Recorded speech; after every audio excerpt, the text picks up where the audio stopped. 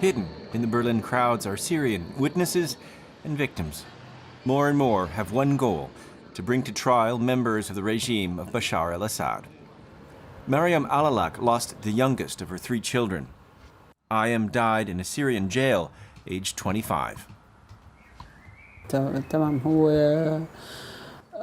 was a 13-year gap between him and his older brothers. He was the baby of the family, so I spoiled him lots.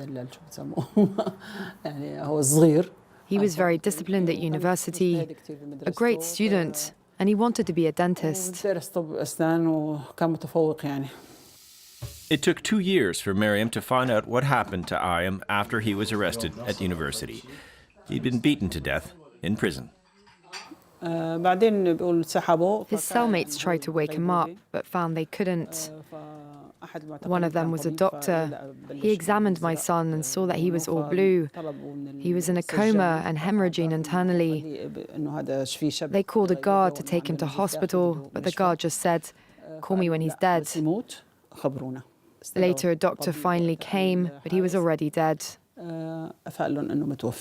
In exile now in Berlin, MARYAM was one of the very first to file a complaint before German courts. Since then, witness upon witness has come forward. After 45 days, I think it was, they called my name and I went to the investigation. There were questions and so, but actually it was like almost 1 hour of torture. TAMIM was jailed twice for his opposition activities. Some 3,000 kilometers away from Syria, his testimony, along with others, led to an international arrest warrant against a high-ranking government official. So I wasn't really optimistic, but then the cases were going on, and then there came the arrest warrants, which doesn't only include Germany, but all the European Union, and I was like, no, it's really serious. This is where the hunt for Syrian war criminals started. A small team of lawyers has been at work since 2011. The Syrian refugees have provided more than testimony. They've brought maps, lists, and documents like these. This one, dated 2011, details how the administration organized the repression in Syria. It describes how the interrogations will take place. And when you know how the Syrian state works, you understand it means make the prisoners talk at any cost. It's evidence that lets the lawyers at the NGO pursue suspects for crimes committed abroad. Germany applies the principle of universal jurisdiction more readily than any other country, say many. Germany wants to be exemplary here.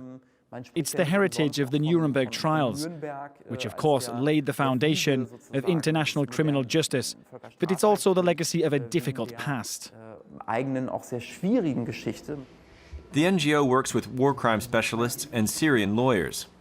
IBRAHIM is in charge of thousands of pictures of bodies taken by a man known as Caesar.